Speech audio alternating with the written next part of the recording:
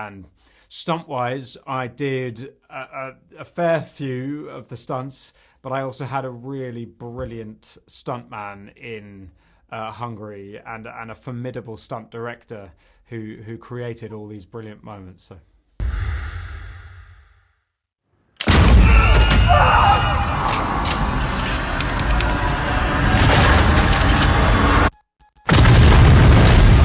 Hi Eddie, how are you?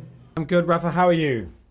I'm doing great. Thank you so much for being here with me today. I have to say that I love The Day of the Jackal. It's such an intriguing TV show and it's such a different take from what we have seen you done in the past. So I wanted to know from you, what drew you specifically to this project? What drew me to this project? Firstly, thank you. But I think what drew me to this project was, well, I loved the original movie and the original book, and I watched it a lot when I was a kid. And there was something about this character, this guy who is the kind of casually ruthless assassin, but who's also kind of an actor.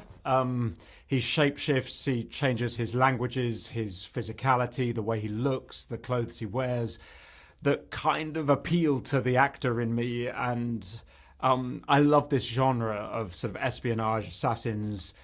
And yet this particular kind of character himself, there's a peacocking element to him that, I don't know, I always found different and unique. And so I read these scripts and I found them the most propulsive scripts I've read in a long time. And I just wanted to keep coming back. So yeah, it was thrilling. Nice. And I have to say that I love the show, and I was able to watch the first 5 episodes. And as you mentioned, there's a lot of physicality when it comes to Jackal. So I wanted to know, how was that for you as an actor? How was your preparation? How was your body transformation? Were you able to do most of your own stunts? Do you know, one of the things I love most about my job is the prep. And on this, you know, the Jackal plays many different characters. And so what I did is I went back to this wonderful woman who I work with called Alexandra Reynolds, who is a movement director who I work with first on The Theory of Everything, and I work with on The Danish Girl and The Good Nurse. And we worked on all these different elements of this character, and it was so much fun. But it's also about working with the makeup designing team, cinematographer, the language coach, all of these different specialists. And you kind of, as the actor, you're in the middle there trying to sort of conduct this team to work together. But I was very lucky to be supported by a brilliant group of people. And stunt-wise, I did a fair few of the stunts, but I also had a really brilliant stuntman in Hungary and a formidable stunt director who created all these brilliant moments. So. And as you mentioned before, you were a huge fan of the books and also a huge fan of the first movie adaptation from the 70s. So how does this new version of The Day of the Jackal honor Frederick's work? Well, this new series is set now, so it's completely different in many ways. It also fleshes out these characters. You get to see what's going on behind the mask, I suppose. But what it retains is some of the DNA from the original series, from the original film. So you have lines that are taken from the book. You have specific scenes that are shot-by-shot replicas from the original movie. So for those who have seen the movie, there are Easter eggs in there.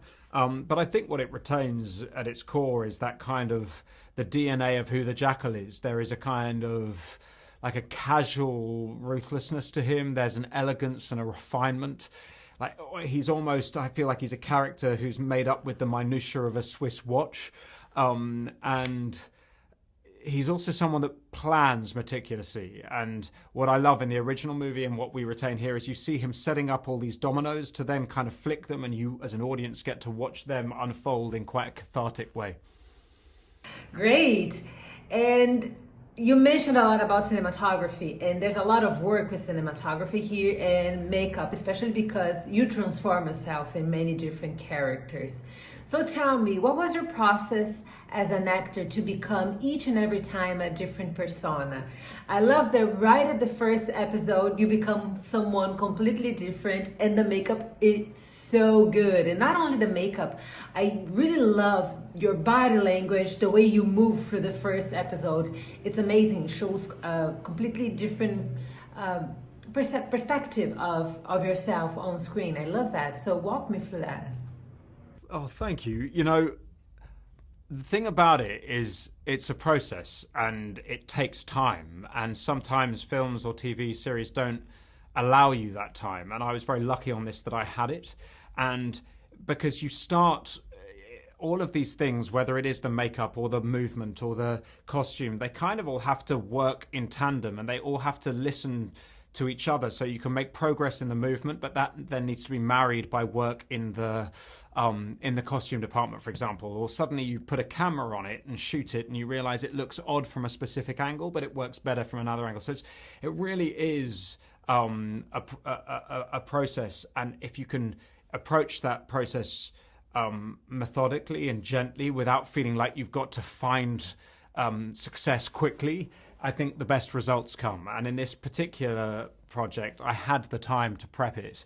And I, whether it was the language learning, which took me a long time because I don't speak a word of German or a word of Spanish, so it was quite that was a long part of the process. But it was also the bit that was fulfilling in my own life that I got to do some of those things.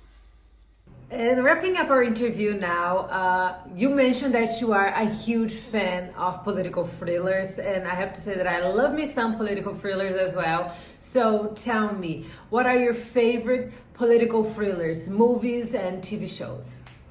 From political thrillers, All the President's Men. I love...